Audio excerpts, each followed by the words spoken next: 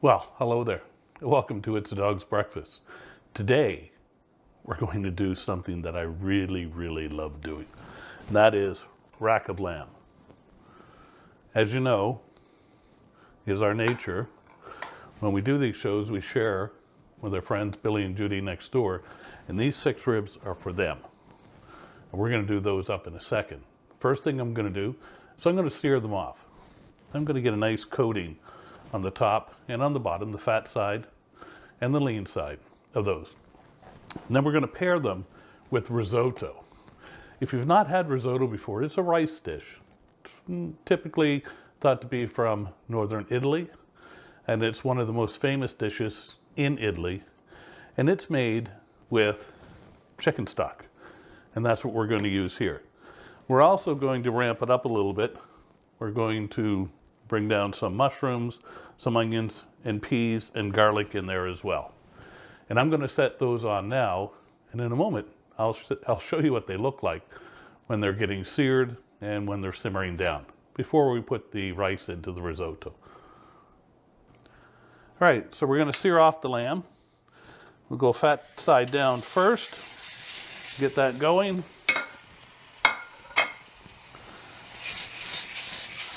There we go. And we'll start off with the risotto, with some onions.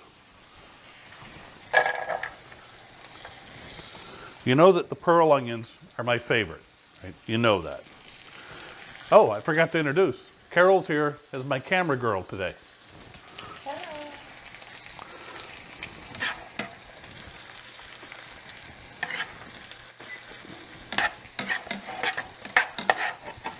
Yeah, I just think that the pearl onions are the best. Most flavorful, small, easy to handle. Really don't have to chop them up if you don't want to. Oh yeah, cooking off well there. All right, let's get some garlic ready to go in there. Where'd you go, my garlic? There it is.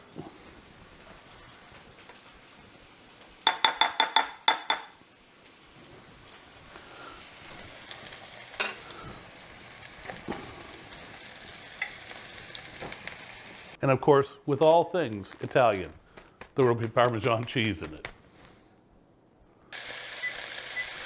We're going to let that lamb cool down again, come to room temperature. Then we're going to put on a spread here of herbs, olive oil. We're going to get it nice and crusty. All right. Shiitake mushrooms are going to go in. We're going to sweat those down. But that our friend Stephanie made us some pickled beets as well, so we're going to add those on the side. Get some olive oil in, get ready for the rice. 1 or 2 teaspoons of olive oil. Off to the side. We're going to do about a cup of rice.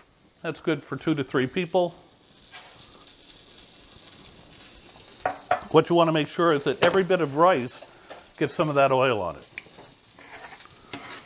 Nice, delicate touch. Now we'll get the chicken broth ready here. And when you're doing the rice, it's always best to have the chicken broth warm, preferably hot. So we're going to microwave it.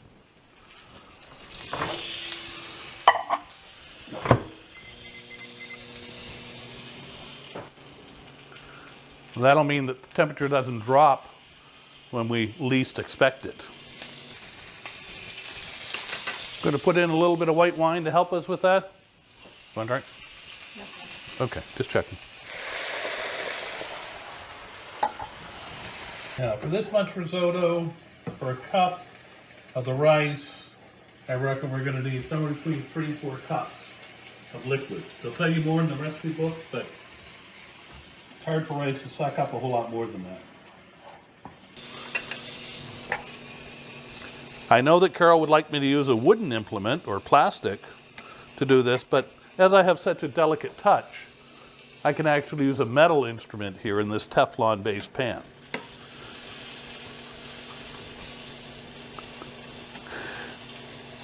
And that, folks, when I put it up on the internet, will be there for posterity. Forever and ever, I'll be saying that. And forever and ever, I'll be getting shit for having said it. Did I say shit? I shouldn't do that. You're gonna have to be bleached. That's a good idea. It's 5 o'clock, Carol. You're late. And there it is, tented. The meat, she's a go. Rice is almost done. Peas are going in. Mushrooms and onions are going in.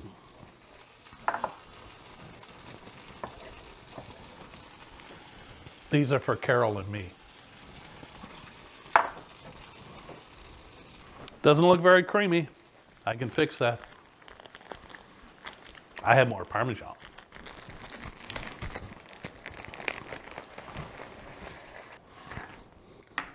Now we'll take the cut them up into individual ribs. And then we'll take those ribs. Oh, they look gorgeous. And we'll just put those on the pan and sear them on each side. Make everybody happy.